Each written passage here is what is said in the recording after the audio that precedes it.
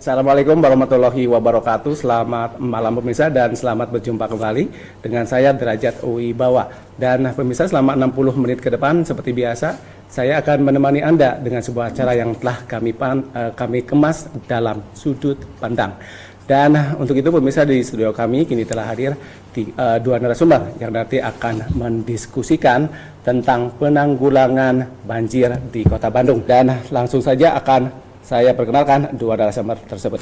Ya, narasumber yang pertama adalah Ketua LSM Gerakan Masyarakat Bawah Indonesia atau lebih sering kita kenal dengan GMBI Bandung, Pak Dayat, ya Pak Dayat. Pak Dayat Muhammad Mansur. Terima kasih nih Pak Dayat. Bukan Pak Dayat. Nama saya Muhammad Mansur, biasa dipanggil nama saya Abah. Oh, Abah ya, Abah. Abah saja. Masih macet nih, Bah, di Bandung? Masih macet. Masih macet. Barusan macet juga ya, Pak ya? Macet juga. Macet juga. Oke, Pak, dan yang kedua adalah dari LIPI Bandung, yaitu Bapak Fajar. Selamat malam, Pak. Ya, selamat malam. Iya. Terima kasih Pak Dayat. Iya, terima kasih Pak nih kedatangannya. Iya. Dan nanti kita akan diskusi Pak 1 jam. Nah, nanti kita juga akan menerima telepon.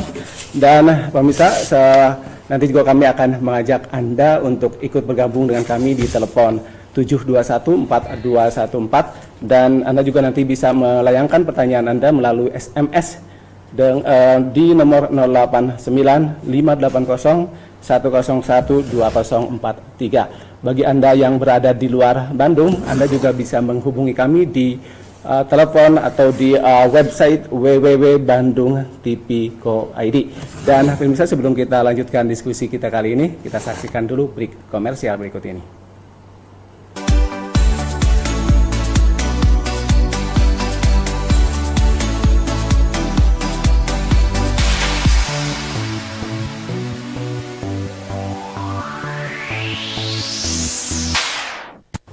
Ya, terima kasih pemirsa karena Anda masih bergabung dengan kami, dan kami juga nanti tetap akan mengajak Anda untuk ikut bergabung dengan kami di telepon 271-4214. Anda juga bisa menanyakan kepada kami melalui SMS di 089-580-101-204. Dan bagi Anda yang berada di luar Bandung dan berada dimanapun juga Anda berada, Anda bisa menyaksikan tayangan ini melalui www.bandungtv.co.id. Dan saya langsung ke Abah ya, Pak. Ya. Nah, gimana nih Pak pengelolaan banjir? Kan kalau dulu itu kan Kota Bandung itu dianggapnya ya paling panjapa lah kan gitu ya Pak ya. Ya. Sekarang malah kota sampah, kota banjir dan segala macam kan gitu ya. Ya. Padahal kan Bandung itu di dataran tinggi Pak ya kalau tidak salah. Ya, silakan Pak komentarnya. Ya, kalau menurut kami bahwa dengan adanya persoalan banjir sekarang ini mungkin ada beberapa hal yang berubah atau ya, yang dirubah. Karena apa? Karena mungkin kita juga tahu bahwa banjir yang sekarang dianggap lebih besar itu pada saat-saat sekarang saja. Dulu sebagaimana besarnya banjir itu tidak pernah sampai naik ke rumah warga, tapi sekarang beberapa kali kejadian setiap hujan mesti air itu naik ke rumah warga dan masuk ke rumah warga. Ini berarti ini bukan masalah alam, tetapi ada sistem yang terubah dan kondisi daerah pun terubah. Ya, artinya pemerintah itu harus jeli gitu Pak ya, melihat persoalan-persoalan itu gitu. Betul. Ya. Oke, saya ke LIPI nih Pak, kira-kira nih tadi ada dua itu ya, yang saya catat itu adalah yang pertama itu adalah gorong-gorongnya yang tidak tepat, katakanlah seperti itu. Kemudian sekarang pembangunannya juga kan tidak selesai, belum selesai, bukan tidak selesai. Kemudian yang barusan yang disebutkan itu adalah pintu air yang menutupi jalan. Ya. Gimana nih pandangan? Mungkin ya Pak ya. Jadi dulunya adalah danau di daerah selatan, itu adalah danau dan memang selalu banjir. Kemudian danau ini kering, dia jadi dataran yang disebut sebagai dataran Bandung, Bandung Raya. Nah, ini dulu dimanfaatkan karena tahu bahwa daerah ini adalah daerah basah oleh pemerintah zaman Belanda. Ini adalah daerah lumbung padi, sawah. Kenapa dibuat sawah di sepanjang Bandung Selatan? Itu karena pada saat musim hujan dia tergenang. Jadi karena dia tergenang, karena yang tergenang bukan manusia, bukan pemukiman, maka tidak terlalu dipermasalahkan. Tapi ketika ini adalah sudah menjadi perumahan dan ini tergenang, ini jadi masalah. Mungkin seperti itu. Jadi sudah berulang kali ya Pak ya diskusi dengan wali kota dan segala macam. Tapi ada telepon dulu Pak sebentar. Ya, halo, selamat malam. Selamat malam Pak. Ya, selamat malam. Di mana dan dengan siapa Pak? Selamat malam Pak Dokter. Ya, dengan siapa dari mana nih Pak? Perhatikan apa yang disampaikan. Halo, Pak, dengan siapa dari mana? Dadang dari Tegalega Jamhari, Pak. Ya, Dadang Tegalega. Dadang Ya, Jamhari, Bandung. iya Jamhari. Ya. Pak Dokter, katanya ini Pak Dokternya. Ya, Pak Dokter sama Abah mungkin ada yang ketinggalan, Pak. Oke, silakan Pak. Pertanyaannya ditujukan kepada siapa? Singkat dan padat, Pak. Kepada pemerintah Kota Bandung saja, Pak. Iya. Untuk hal-hal penanggulangan banjir, rasanya itu masih banyak rumah-rumah yang belum bisa dibasmi, yang berdiri di atas sungai itu, Pak. Makanya sampah itu akan bertumpuk di situ, tidak pernah terkoreksi oleh penduduk yang berada di situ. Itu mungkin yang intinya, Pak Abah sama Pak Dokter, yang perlu disampaikan kepada pemerintah Kota Bandung. Ya. Jadi makanya akan terjadi banjir-banjir terus, di samping penanggulangan dengan gorong-gorong yang sekarang sedang dibuat. Ya. Itu mungkin sementara Pak Dokter sama Abah. Iya, terima kasih Pak Dadang. Terima kasih. Iya. Assalamualaikum. Nampaknya pertanyaannya bisa kedua-duanya nih, tapi Pak Jar dulu deh Pak. Monggo Pak. Ya, saya bukan dokter Pak Dadang, terima kasih. Dokter. Ya, Ini ada Pak Dokter Pak. Dokter ya, betul. Ya, betul Pak. Jadi, ya, itu kan gelar akademis. Jadi betul Pak Dadang setuju. Jadi memang normalisasi sungai itu sangat mendesak di Kota Bandung. Bagaimana sebenarnya sungai-sungai ini tidak lagi ada bangunan di daerahnya, tidak dikurangi sekali. Jadi itu betul sekali Pak. Hanya memang permasalahannya, nah ini tadi. Jadi bagaimana menyadarkan masyarakat juga, jadi tidak membuat bangunan di atas sungai, bahwa ini udah ini. Jadi ketika mungkin banjir ini sebagai peringatan, bisa kita anggap sebagai peringatan Pak Dadang. Jadi kalau dulu membangun bangunan di atas sungai tidak terjadi banjir, sekarang terjadi gitu. Jadi artinya bahwa cepat atau lambat ketika kita membangun suatu bangunan atau membuat satu bangunan di atas sungai, banjir itu akan datang. Mungkin itu. Jadi saya setuju Pak Dadang. Jadi memang salah satunya adalah normalisasi sungai, dan sebenarnya yang paling berat itu adalah bantaran sungainya. Ini bantaran sungai ini bagaimana supaya bisa seperti Bandung dahulu misalnya, bambu-bambu yang di pinggirnya gitu Pak. Jadi bukan sampah yang di pinggirnya, bambu atau daerah-daerah yang daerah hijau yang bisa untuk tempat ini. Ya, saya setuju. Nah, di dalam masalah sampah itu sendiri, ya kita juga bingung dalam artian ini masyarakat itu sebetulnya tidak mau sih melakukan pelanggaran, tetapi sarana dan prasarana. Makanya kembali lagi kepada sarana dan prasarana. Sekarang begini, ini kita bicara masalah masyarakat. Masyarakat itu jangankan dipersulit, dipermudah juga masih banyak yang melakukan sebuah pelanggaran-pelanggaran. Apalagi ini dipersulit, apalagi ini tidak adakan sarana dan prasarananya, kan seperti itu.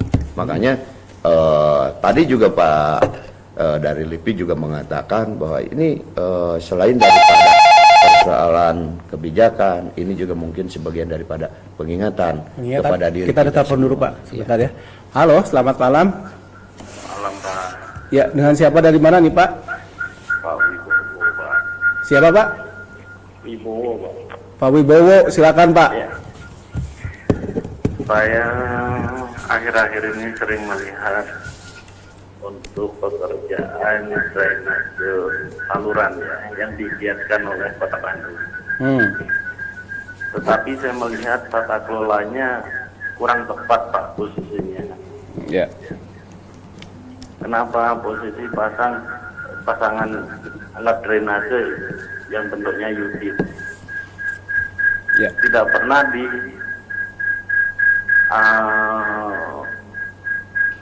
harusnya kan mesti ada tingkat kemiringan Pak. Kalau saya lihat di trotoar itu posisinya masangnya kok asal-asalan gitu loh.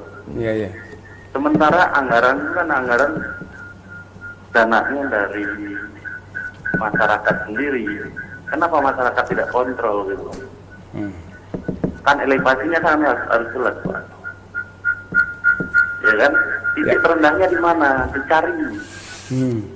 Sampah itu tergenang posisinya karena elevasi saluran itu sendiri Bapak bisa lihat di pinggir-pinggir jalan itu asal-asalan kerjanya. Ya kan? Ya. Posisinya kan harus jadi titik yang paling tinggi di mana?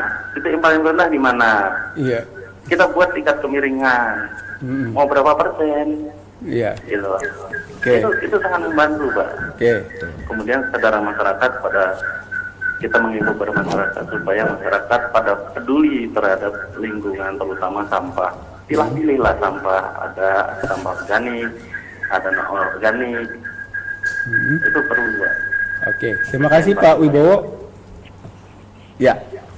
Nah, silakan udah dikomentari, dan tadi ada yang terpotong, mau disampaikan Abah tadi, silakan. Ya, jadi selain daripada kita kembali lagi bahwa masalah sampah itu ya kita jangankan warga masyarakat yang ada di pinggiran sungai, yang jauh dari pinggiran sungai juga terkadang kan bingung. Karena apa? Karena kembali lagi kepada sarana dan prasarana. Itu. Jadi mungkin masyarakat juga akan menyadari apabila minimal satu pemerintah menyediakan sarana dan prasarana, terus lebih sering mensosialisasikan kepada masyarakat.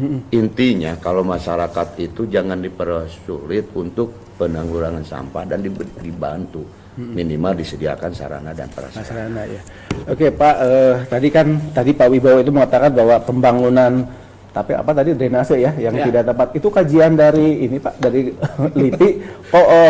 LIPI misalnya memberikan masukan bahwa harus membangun itu adalah seperti yang dikeluhkan tadi Pak Wibowo, bukan Pak? Ya. Terima kasih Pak Derajat. Jadi bukan Pak, bukan. Ya? Jadi LIPI tidak memberikan kajian seperti itu. Artinya bahwa standar pembuatan drainase itu sudah ada peraturannya. Ada yang standar nasional Indonesia. Sudah ada memang. Jadi itu ada. Hanya memang kalau kita lihat sama-sama pengawasan di lapangan memang lemah. Jadi mungkin ini kaitannya dengan keterbatasan kali mungkin. Aparat pemerintah kota tidak banyak, tapi sebenarnya juga ini yang saya coba selalu usulkan kepada pemerintah bahwa kota ini adalah milik bersama sebenarnya. Artinya masyarakat dengan teknologi sekarang bisa saja langsung foto, langsung kabarkan ini betul atau tidak. Hanya memang Pemda harus respon. Ini yang memang kadang-kadang mereka tidak merespon dengan cepat. Artinya kemiringannya memang segitu Pak. Gitu. Hanya ini belum final. Misalnya seperti itu aja. Mungkin kan ini akan bisa lebih membuat tenang Pak Wibowo di situ. Bahwa bahwa sebenarnya ini belum selesai. Meskipun karena secara teori memang ini tidak terlalu betul. Ya, terlalu betul. Jadi apakah kita bisa membuka komunikasi seperti ini? Artinya, jadi ketika Pemda membangun saluran drainase, ini mungkin rancang bangunnya bisa diakses langsung oleh masyarakat di internet. Bisa lihat sebenarnya. Jadi kayak tadi Pak Abah misalnya, sebenarnya gorong-gorong itu mau selesai kapan sih? Ada catatannya bahwa dia akan selesai bulan ini, sehingga bisa sama-sama saling mengingatkan. Jadi warga juga diberi kesempatan untuk mengingatkan membantu mengawasi jalan pembangunan. Oke, jalan pembangunannya kita tunggu dulu Pak, ada iklan. Baik, terima kasih. Ya, pemirsa, setelah komersial berikut ini kami akan segera kembali.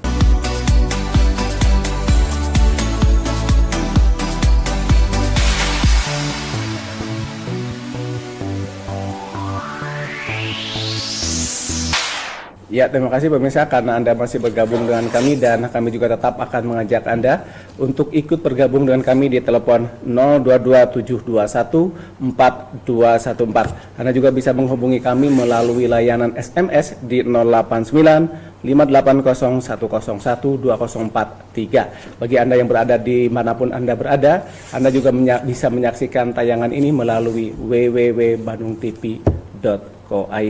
Dan pemirsa, saya akan membacakan beberapa SMS yang masuk ke redaksi kami. Misalnya dari Ibu Nani di nomor telepon 0896 3697 sekian. Pertanyaannya adalah, Assalamualaikum warahmatullahi wabarakatuh. Waalaikumsalam Ibu. Bagaimana solusi banjir di Ranca Ekek sampai terjadi macet total? Terima kasih. Itu dari Ibu Nani. Kemudian yang kedua adalah dari Pak atau Kang Edwin, nomor teleponnya adalah 08132284 sekian. Pertanyaannya adalah, gorong-gorong di Jalan Buah Batu arah BKR bypass jalur sebelah kanan selalu terpotong pohon. Sekarang sudah tertutup dan sebagian sudah jadi trotoar. Pertanyaannya adalah, apakah dapat dipastikan airnya mengalir dengan baik? Ini pertanyakan melalui SMS. Tapi kita tunggu dulu Pak, ada telepon dulu sebentar. Ya, halo, selamat malam. Selamat malam. Ya, selamat malam. Dari mana dan dengan siapa nih Pak? Dengan Pak Ade, Bandung. Ya Pak Ade, silakan Pak. Banjir itu dari dulu sampai sekarang saya lihat udah puluhan tahun tidak bisa diatasi. Pada Citarum itu udah sejak 20 tahun yang lalu. Ini begini Pak ya, banjir itu disebabkan akibat hujan melebihi kapasitas daya tampung. Dan hujan itu menurut para ahli adalah hak prerogatif Tuhan Yang Maha Esa. Jadi selama Tuhan memberikan volume hujan melebihi daya tampung, itu adalah pasti tidak bisa. Maka itu kunci utama adalah kita jangan melawan Tuhan. Ternyata Bandung itu Pak, pusat minuman dilegalkan, minuman haram, perzinahan suka sama suka bebas di hotel-hotel Pak, lantas hiburan maksiat. Di Papua itu bir tidak boleh ada di Papua. Lantas di Kamboja, bukan di Kamboja itu hiburan maksiat dilarang total 15 tahun yang lalu. Jadi selama legislatif eksekutif melawan Tuhan, siksa Tuhan sampai kiamat. Meskipun Cikapundung dilebarkan 100 kali, Citarum dikeruk 100 kali, tidak akan itu bisa. Itu adalah siksa Tuhan gara-gara kita sama-sama melawan Tuhan dengan menghalalkan yang Allah haramkan. Itu legislatif eksekutif tanggung jawab di akhirat dan di dunia. Demikian. Wassalamualaikum warahmatullahi wabarakatuh. Cukup Pak, cukup ya. Oke, silakan Pak. Pak Jan nih, pertanyaannya banyak nih. Monggo. Ya mau mana aja silakan Pak yang mau dijawab ini. Saya mulai dari mana dulu? Mungkin cukup banyak ya SMS. Terima kasih nih atas perhatian pemirsa di sini. Memang banjir masalah kita bersama, Bapak Ibu sekalian. Jadi ya kita sama-sama coba cari solusinya. Kalau tadi dikatakan oleh Pak Ade bahwa itu adalah hak prerogatif Tuhan, betul itu adalah hak prerogatif Tuhan. Tapi kita punya kesempatan untuk melihat sebenarnya seberapa besar banjir yang akan terjadi dan apa yang harus kita lakukan. Di Abah gimana nih Pak? Ya, saya terima kasih kepada masyarakat yang memang sangat antusias menyikapi dan memperhatikan tentang kondisi Kota Bandung. Kalau saya bagaimana ini solusinya? Nah, kalau penanggulangan banjir yang memang ini perbuatan manusia, kita juga terkadang bingung, apalagi akan melawan kutukan Allah. Ya, tadi juga saya sempat menyimak kepada penyampaian dari warga masyarakat bahwa ini yang dipakai ini anggaran dari masyarakat. Harusnya masyarakat ikut mengawasi juga. Perlu diketahui ya bahwa kami sebetulnya setiap saat melakukan bahwa kami itu sebagai social control. Tetapi perlu diingat, kita sebagai social control banyak batasan. Banyak batasan dalam artian ini ada yang ditutup-tutupi. Ya. Itu. Oke, berdasarkan dari dari penelitian Abah lah, misalnya dari GMPI, itu sebetulnya kebijakan terakomodir nggak, misalnya kebijakan apa saja yang dianggap keliru sehingga menyebabkan banjir ini? Ada nggak catatan dari GMPI bahwa kebijakan ini kayak semacam listnya gitu, Pak? Ada nggak? Ya, kalau hasil kajian dan pantauan kami kan belum tentu satu arah dengan kajian atau pantauan dengan yang lain. Tetapi salah satu hal yang bisa kami sampaikan sekarang gini aja, karena sekarang yang lebih dominan terhadap persoalan banjir itu adalah di masalah gorong-gorong, baik di dalam pekerjaan ataupun di dalam barang yang dipakai itu, kami anggap tidak akan menutupi atau menyelesaikan persoalan banjir.